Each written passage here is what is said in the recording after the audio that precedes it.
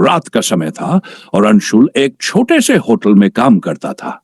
वह रात की शिफ्ट पर था और उसका काम था मेहमानों को चेक इन और चेक आउट करवाना, कमरे की सफाई की स्थिति चेक करना और कुछ अन्य सामान्य काम। एक दिन उसे एक पुराना मोबाइल फोन मिला जो लॉबी में पड़ा था।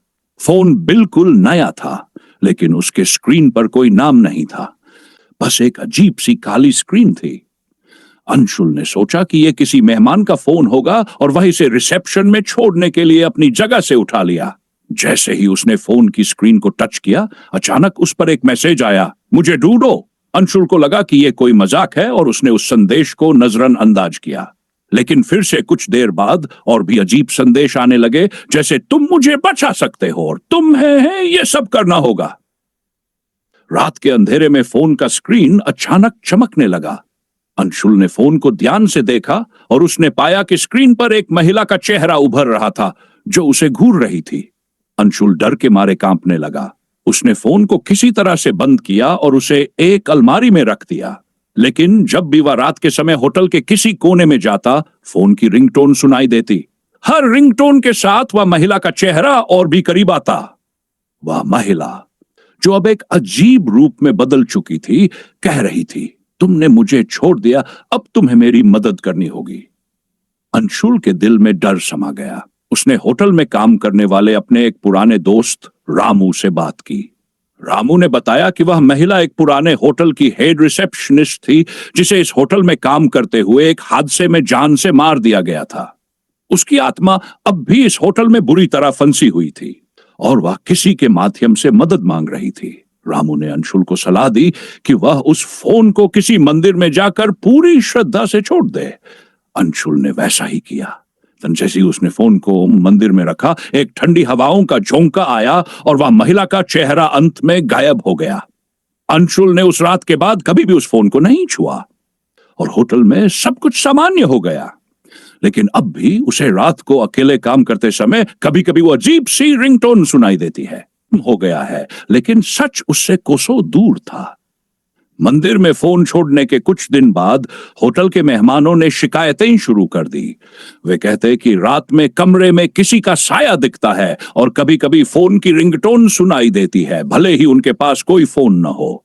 एक रात अंशुल रिसेप्शन पर बैठा हुआ था जब होटल के एक कोने से तेज रोशनी और हंसी की आवाजें आने लगीं। वह डरते डरते उस ओर बढ़ा। वहां केबिन में वही पुराना फोन रखा हुआ था जो उसने मंदिर में छोड़ा था। फोन चालू था और स्क्रीन पर फिर वही महिला का चेहरा दिखा। उसने एक सर्द आवाज में कहा, तुमने मुझे छोड़ तो दिया, लेकिन मेरी कहानी अधूरी है। अंशुल ने हिम्मत जुटाई और पूछा, तुम क्या चाहती हो? मुझे क्यों परेशान कर रही हो? महिला ने जवाब दिया, मुझे इंसाफ चाहिए।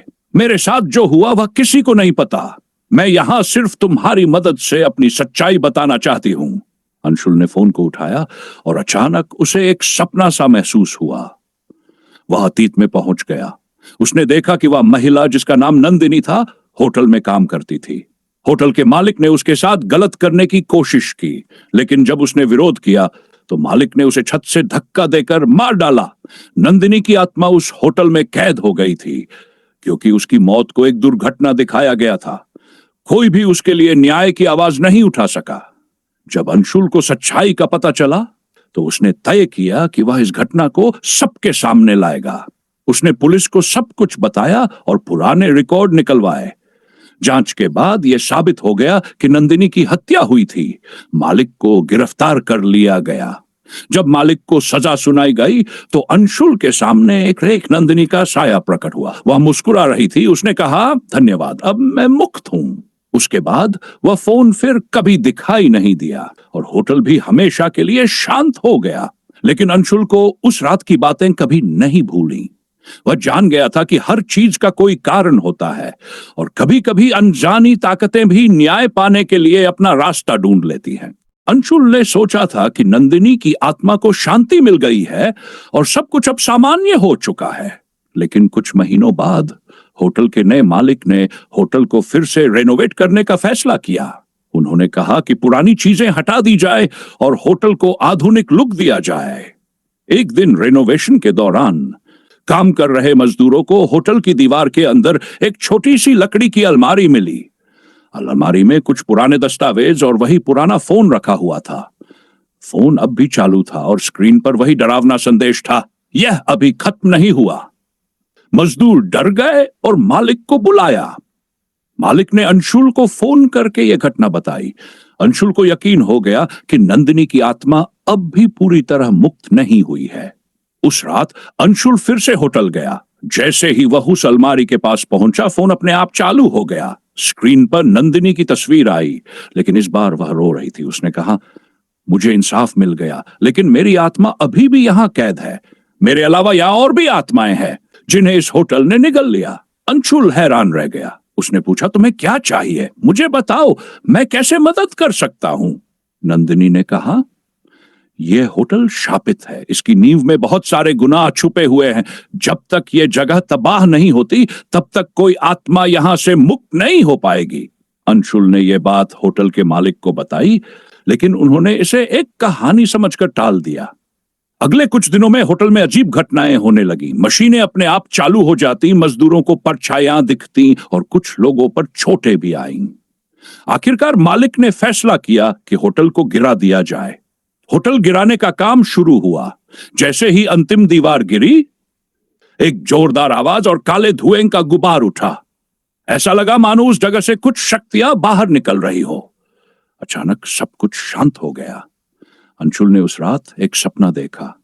नंदिनी और कई अन्य आत्माएं मुस्कुराते हुए उसे धन्यवाद कह रही थी। नंदिनी ने कहा, अब हम सब मुक्त हैं, तुमने हमें आजादी दिलाई।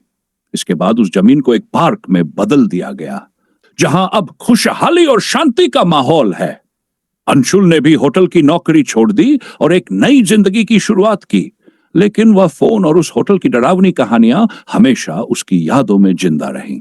अंशुल ने सोचा कि होटल और उसके रहस्य अब हमेशा के लिए खत्म हो चुके हैं, लेकिन एक साल बाद उसकी जिंदगी में फिर कुछ अजीब घटनाएं शुरू होने लगी।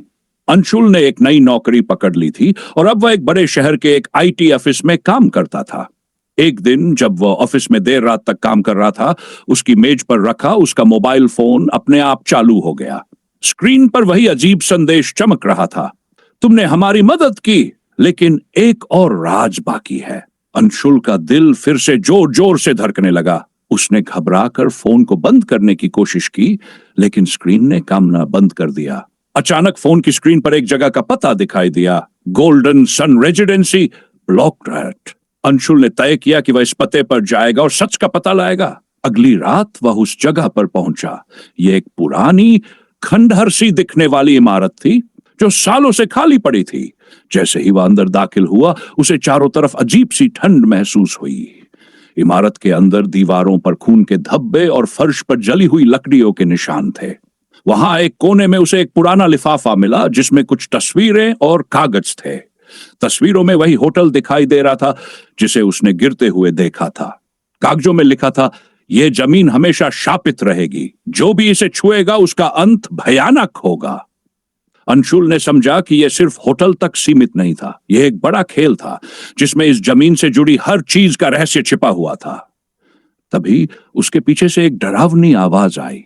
वह पलटा देखा कि एक आदमी की धुंधली परछाई उसके सामने खड़ी थी।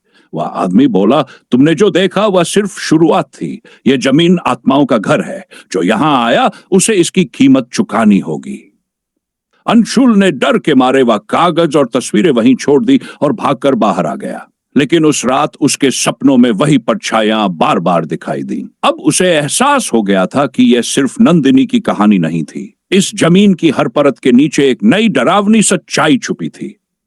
अंशुल ने फैसला किया कि वह इस रहस्य से हमेशा के लिए दूर रहेगा। लेकिन वह जहां भी जाता, उसे लगता कि कोई उसे देख रहा है। कभी कभी फोन की स्क्रीन पर फिर वही संदेश आ जाता, यह कभी खत्म नहीं होगा, कहानी जारी रहती है। क्या यह सच में खत्म होगा या अंशुल फिर से इस रहस्य में उलझेगा? इसका फैसला अभी बाकी है।